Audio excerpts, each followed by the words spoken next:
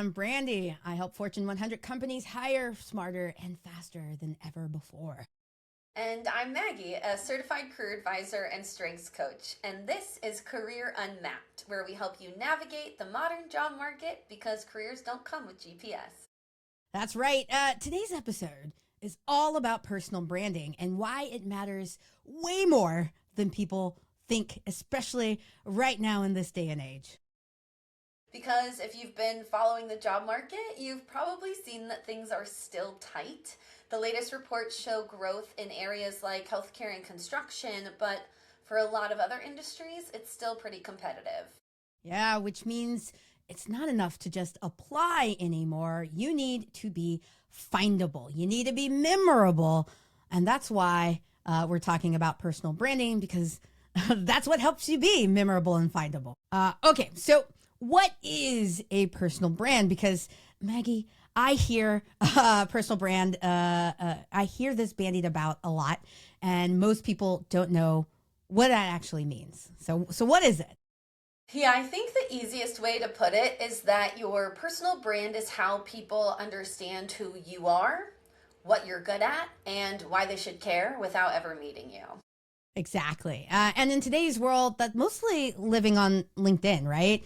Recruiters aren't just reviewing applications, they're searching for you. And they're using keywords and skills and profiles to find these best candidates. And AI is accelerating that. It's making it easier to find people, but only if your story is really, really clear. And personal branding looks different depending on which stage you're in your career journey. So today we want to dig into how this is different for early careers, career switchers, and long-term career folks who need to stay relevant in today's market.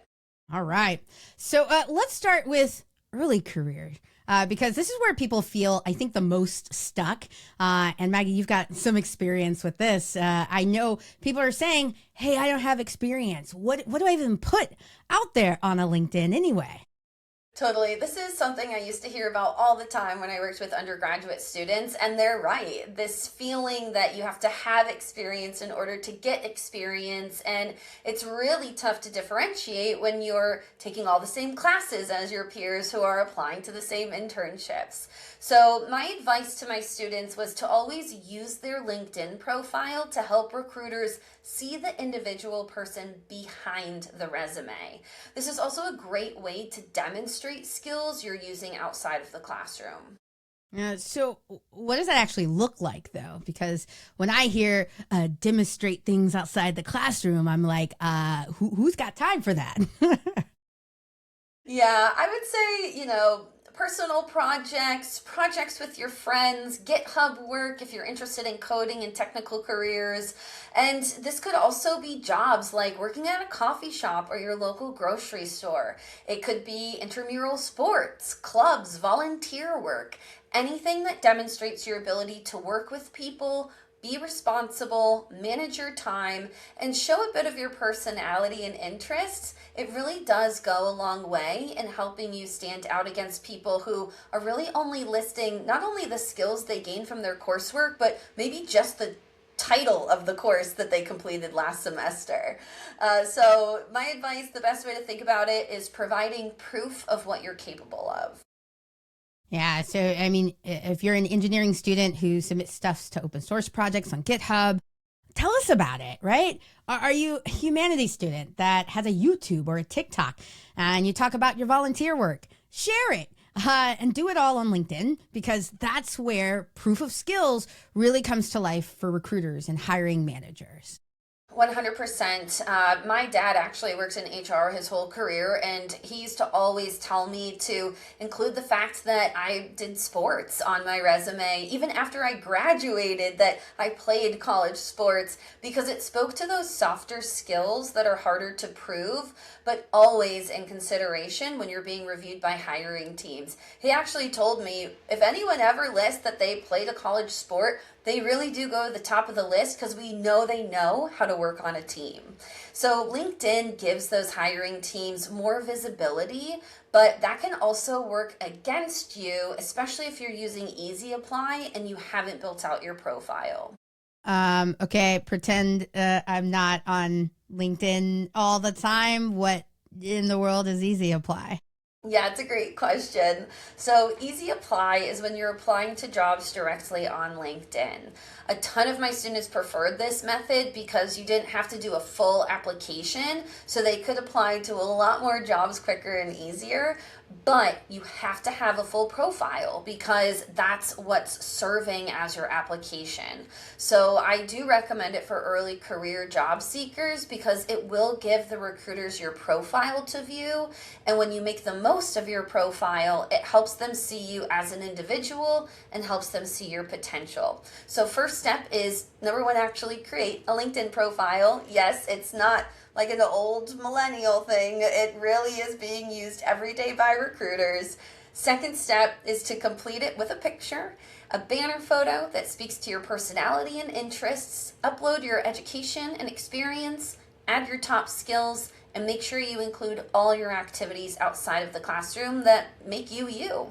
And if you don't know what to write in these sections on LinkedIn, use your Atlas resume and the AI agent of your choice to create a LinkedIn profile that will have real impact. I'm so glad you mentioned using new AI tools to help with this because they really make a difference. I actually did this myself when I needed to update my profile when I changed careers.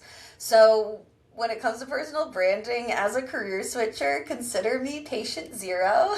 And thanks to Brandy for pushing me to do it. My LinkedIn now looks better than ever. And honestly, I now get contacted directly by recruiters all the time. And that's exactly why we do it, right? Why we even care about LinkedIn. You and me. I mean, we both know LinkedIn kind of sucks, but it is where recruiters and hiring teams actively look for candidates for these open jobs. So you should be where hiring teams are looking for you and make it really easy for them to find you. It may be hard to believe because here I am on a podcast, but I'm not super social media heavy. So for me personally, I had a lot of anxiety when it came to putting myself out there more. Brandy was a really helpful resource to talk through that anxiety, but to also talk through what I wanted my personal brand to be. I had never really thought about it before. So I do think it's important to acknowledge that this may come easier for some than others, but doing that work, it really is worth it. Yeah, I wholeheartedly agree. And let's be clear, not everyone has a Brandy in their corner who's done this a lot. I'd love to learn, like, what did you find most helpful as you were building your personal brand? I think I'm particularly interested because you were already coming from like having a pretty extensive career in a completely other field. You were looking to change. So your personal brand back then obviously wasn't what you were wanting to present in the future. How did you go about changing that? Yeah, it's a great question. I think what I realized when navigating my career change is that I had the skills, but I didn't have the story. And I didn't have to start from scratch, which sometimes feels like the biggest step and the biggest mountain for people to climb. So I found using ChatGPT was super helpful in working through and articulating that new story I wanted to tell with my profile changes. So I downloaded my profile as a PDF, uploaded it into ChatGPT, and asked it to tell me what it thought my personal brand was. Help me figure out my starting point. Again, I had never really thought about it before. Because honestly, not many people do. And so figuring out that starting point, what others were seeing, was necessary. I then prompted it to recommend changes based on what I wanted my new brand to be. And that was like holding up a mirror to take my own thoughts out of it and focus on what recruiters would be thinking when viewing my profile. And that's everything. I too have changed my career a few times. And I think it's important for people to understand that you don't have to start from zero, right? Let's not throw the baby out with the bathwater. You shouldn't erase your old life, your old skills, your old resume. You just have to tell a better, different story with how you're going to use those skills in your new career path. Yeah, Brady, I mean, you had a huge change from retail into tech. You gave me such good advice. How did you navigate it when you were going through it yourself? I mean, the biggest thing for me was knowing that I was really good at talking to people and engaging with customers, and I really liked solving problems. So those are helpful in all sorts of careers. I didn't have to pigeonhole myself. So I really anchored on those skills that are applicable in what I wanted to do next and in all the other careers that I think I'll eventually go into. I absolutely wouldn't be doing what I do today without those past experiences, right? Like I needed those skills. So I've just had to learn how to connect the dots for recruiters to understand my story. I love that because most people wouldn't think you even could transfer skills from retail into tech, but it's 100% possible and you're living proof. So, if you're interested in changing your career path, especially with the changing market today, but you have no idea what you even could do next, you could use a prompt in a tool like ChatGPT to ask, help me identify other potential careers that I could pursue based on my skills today. And then continue on that thread to ask, now help me explain how my experience in my current role could transfer to that new career. Yes, AI can really help you to organize your thinking, distill your past experiences with where you want to be going next. But important thing is that you still want to own the message. You should really try and make this be in your own voice. This is your story. AI is just there to help you tell it better. Absolutely. So, Brandy, as my own personal branding guru, how have you been able to do this for your long term career? The market changes, you change, you get new skills and experiences. What's your process look like to keep it all fresh and up to date? Yeah, I don't know if I'm a personal brand guru, but you're right. I have been doing this for a while. I'm actually on this journey already.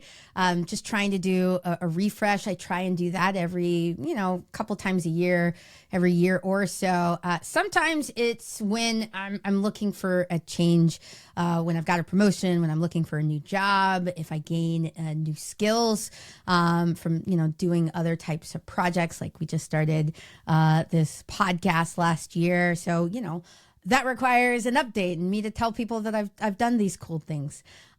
Because I've been working for a long time at this point, I have a really clear understanding of who I am, what I bring to the table, and really how other people see me. So I take that to present a very cohesive story about me and where I can be most helpful in other organizations or with new people that I meet.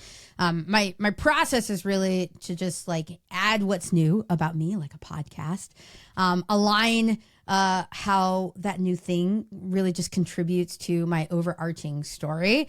And then, most importantly, tell everyone about all the cool new things that I'm doing. I engage a lot on LinkedIn.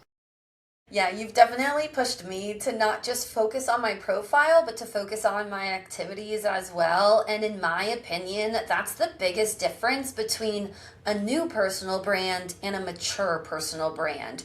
You go beyond your profile to actually engage with others. You're commenting, you're sharing thought pieces, and you're promoting your new accomplishments into the community where you are way more likely to be seen rather than just waiting and hoping a recruiter finds you. Yes, 100% this, right? A mature personal brand is intentional, it's curated. And when I say curated, I don't necessarily, or mature, I don't necessarily mean that it has to be around for a really long time. But if you want to be noticed, you have to be noticeable. Which on LinkedIn is just always going to mean that you're posting content that people want to share or comment on. It means you're sharing and commenting with others. It means you're sometimes sliding into people's DMs, especially the folks that you don't know, and telling them how much you like their content, their thought pieces, and then asking them if they want to join you for a virtual coffee. I'd be out there. I'd be out in them streets all the time. Yeah, but to your credit, you're doing it in the right way. We've all seen those people kind of spamming content, like Sorry, I don't need to see what you had for breakfast. This is LinkedIn, not Instagram. And you can see this in people who stand out. They're not trying to be everything to everyone. They know their brand, they know their story, they know their impact, and they curate their activities to support all of that. Yeah, they have a point of view, right? Like a strategy of some sort, a story that they can, consistently tell over time. So our advice is if you want to take your brand to the next level, really focus on, hey, what am I known for? What problems do I solve? What's my perspective on those problems, on my industry, on the world at large? And then be really intentional about sharing those thoughts, and then also on engaging with other folks on LinkedIn. You got it. So we've covered a couple different bases. Let's do a quick summary depending on where you're at in your journey. For our early careers people, make a LinkedIn profile and share things you're doing outside of the classroom because all of those skills and experiences really do matter. For our career switchers, leverage the people around you and tools like ChatGPT to help you identify your personal brand and think through your new personal brand as your career evolves. And then we have our long-term career folks. Take things to the next level by increasing your engagement and maturing your brand. And remember, this doesn't happen overnight, okay? This is progress over perfection. That's your aim. Definitely take your time with this. And the next question is, where do you take it?